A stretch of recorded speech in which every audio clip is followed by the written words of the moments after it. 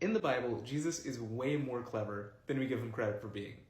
In fact, in almost every single place that he references the Old Testament, there's a double meaning in the passage that he's referencing. Let me give you an example. In Matthew 9:13, Jesus says to the Pharisees, "Go and learn what this means. I desire mercy and not sacrifice."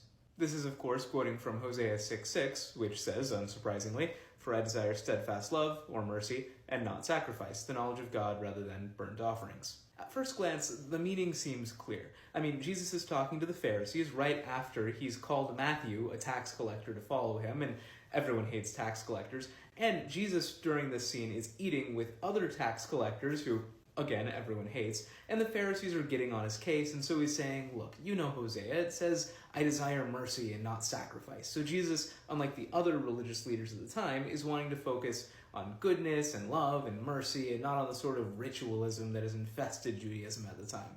But that's not actually everything that Jesus meant by quoting from Hosea 6. Just before Hosea 6:6, in Hosea 6:2, it says, "After 2 days he will revive us. On the third day, he will raise us up, that we may live before him." And so what the Pharisees likely thought was just a passage where Jesus was pointing to it to say, hey, be merciful and good to one another.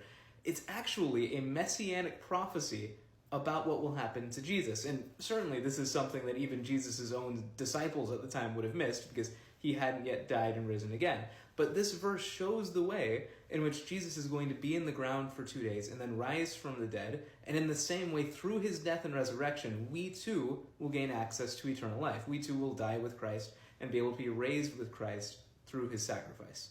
And so Jesus takes the Pharisees' complaint and in the cleverest and most holy and good way possible, not only tells them to buzz off and that he can heal and eat with and help whoever he wants, even if they are a tax collector, but he also points out his own divinity and the messianic promise that is held within him and the salvation that we could all be given through his death, burial, and resurrection.